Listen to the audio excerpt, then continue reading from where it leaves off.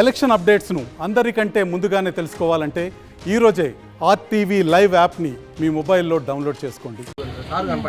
చాలా దురదృష్టకరమైనటువంటి సంఘటన. ఉప్పాళ్ళ మండలం మాదల గ్రామంలో చోటు చేసుకోవటం చాలా బాధ కలిగించినటువంటి అంశం. ఒక వివాదంలో వైఎస్ఆర్ కాంగ్రెస్ పార్టీకి చెందినటువంటి నాయకులు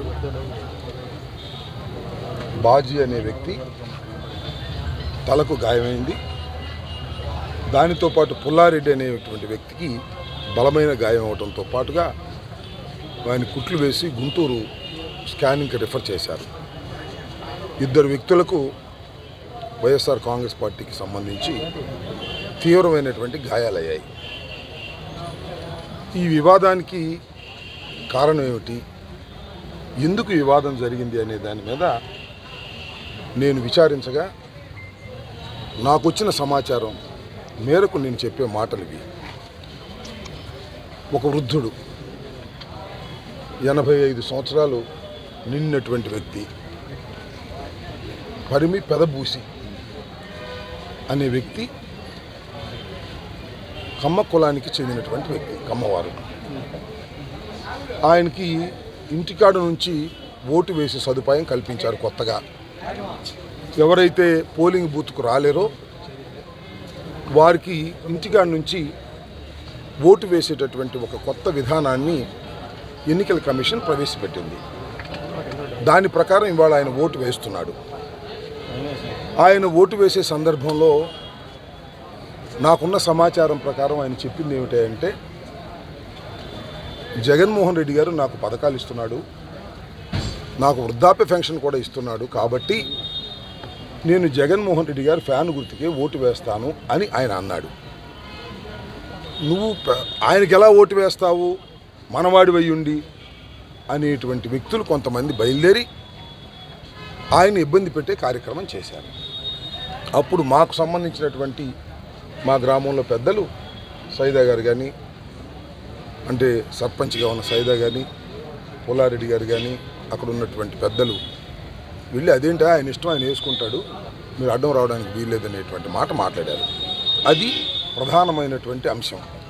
దాని మీద పరస్పర ఘర్షణ పెరగటం, వాళ్ళు పుల్లారెడ్డి గారిని ఒక కర్ర పెట్టి తలకాయ పగలగొట్టడం, ఆ తర్వాత పరస్పరం రాళ్ళు రుబ్బుకోవటం జరిగింది. మా వైపున ఇద్దరు గాయాలు తగిలాయి, వాళ్ళకు కూడా కొంతమంది గాయాలు తగిలాయి అనేది కూడా నాకు తెలిసింది. ఇది వాస్తవమైనటువంటి అంశం. నేను ఎంక్వైరీ చేయగా ఇది చాలా దారుణమైనటువంటి అంశం. ఒక వ్యక్తి వృద్ధుడు ఏ కులానికైనా జగన్మోహన్ రెడ్డి నాకు ఇంటికొచ్చి వృద్ధాప్య పెన్షన్ ఇస్తున్నాడు అనేటువంటి ఉద్దేశంతో ఆ వృద్ధుడు జగన్మోహన్ రెడ్డి గారికి ఓటు వేయడానికి ప్రయత్నం చేస్తే, నువ్వు మావాడివై ఉండి జగన్మోహన్ రెడ్డి గారికి ఓటేస్తే ఎలాగూ అనేటువంటి వివాదం పెట్టుకోవడం అనేది ధర్మమేనా ఒకసారి ఆలోచించమని మనవి చేస్తున్నాను. నాకు తెలుసు ఈ నియోజకవర్గంలో లేదు రాష్ట్రంలో ఏ కులమైన వృద్ధులు, వికలాంగులు, వితంతువులు, పెన్షన్ తీసుకుంటున్న ప్రతి వారు కులాలకు అతీతంగా జగన్మోహన్ రెడ్డికే ఓటు వేయాలనే భావనతో ఉన్నారనేది జగమెరిగిన సత్యం. ఇది అందరికీ అర్థమవుతున్నటువంటి అంశం. ఇది మా కులం వాడివై జగన్మోహన్ రెడ్డికి ఓటేస్తావా, నా వర్గం వాడివై జగన్మోహన్ రెడ్డికి ఓటేస్తావా అనేటువంటి భావన చాలా ప్రమాదకరమైనటువంటి అంశమని మనవి చేస్తున్నా. ఇవాళ మాదల్లో జరిగినటువంటి ఈ వివాదం ప్రధానంగా ఇదే కారణం. దీనికి తెలుగుదేశం మూల్యం చెల్లించక తప్పదని కూడా నేను మనవి చేస్తున్నా. తప్పనిసరిగా వివాదాలు ఎలా ఉన్నా వైఎస్ఆర్ కాంగ్రెస్ పార్టీ ఈ నియోజకవర్గంలో గెలవబోతుందని కూడా మనవి చేస్తున్నా. గెలవబోతుందనే అంశం కూడా వారికి తెలుసు. నేను మరొకసారి ఈ సందర్భంగా సమంజసమో కాదో నాకు తెలియదు కానీ మళ్ళీ రీట్రేట్ చేస్తున్నా. నేను ఈ నియోజకవర్గం నేను 5 సంవత్సరాలు పరిపాలించినటువంటి నియోజకవర్గం. 2 సార్లు పోటీ చేసి ఒకసారి ఓటమి పాలై రెండవసారి నిలబడితే 20,876 ఓట్ల మెజార్టీతో నన్ను గెలిపించారు. 5 సంవత్సరాలు తగాదాలు లేవు. తగాదాలు, రాళ్ళు రువ్వుకోటాలు ఎక్కడ ప్రోత్సహించలా. నేను ఎవరిని దౌర్జన్యాలు చేయమని కోరలా, ఎక్కడా కూడా దౌర్జన్యాలను ప్రోత్సహించలా. నా వాళ్ళు దౌర్జన్యం చేసినా ఇది తప్పని ఖండించినటువంటి శాసనసభ్యుడిని నేను, మంత్రిని నేను.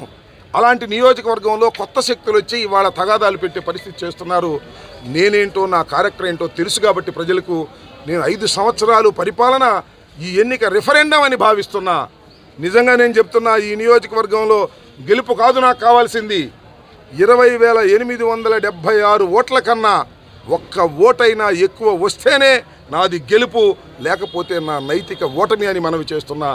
కాబట్టి మాదల్లో జరిగినటువంటి సంఘటన మీద అధికారులు తక్షణం చర్య తీసుకోవాలి. మాదల్లోనే కాదు, అనేక గ్రామాల్లో వివాదాలు సృష్టించడానికి ప్రయత్నం చేస్తున్నారు, దౌర్జన్యాలు చేయడానికి ప్రయత్నం చేస్తున్నారు. అంతా నా పక్షాన ఉన్నవాళ్ళు పేదవర్గీయులు, ధనికులు కాదు. అంత కక్ష పెట్టుకొని చేస్తున్నారు, రౌడీజం చేయాలని ప్రయత్నం చేస్తున్నారు. ఎన్నికల కమిషన్ కూడా దీని మీద నేను రిపోర్ట్ చేస్తాను.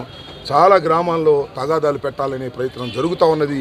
తగాదాలు పెట్టి, కొట్లాటలు పెట్టి, బూతుల దగ్గర ఘర్షణలు తీసుకురావాలనేటువంటి ప్రయత్నం చేస్తున్నారు.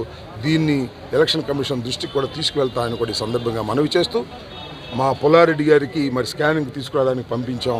ఆయనకి బలమైన గాయం తగిలింది, అది ఏమన్నా నరాలకు దెబ్బతిందేమోననే దాని మీద టెస్ట్ జరుగుతుంది.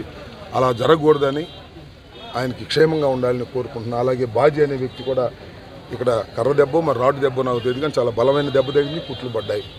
దాన్ని కూడా డాక్టర్లు ట్రీట్మెంట్ చేస్తున్నారు. వాళ్ళు తొందరగా కోలుకోవాలని మనవి చేస్తున్నా.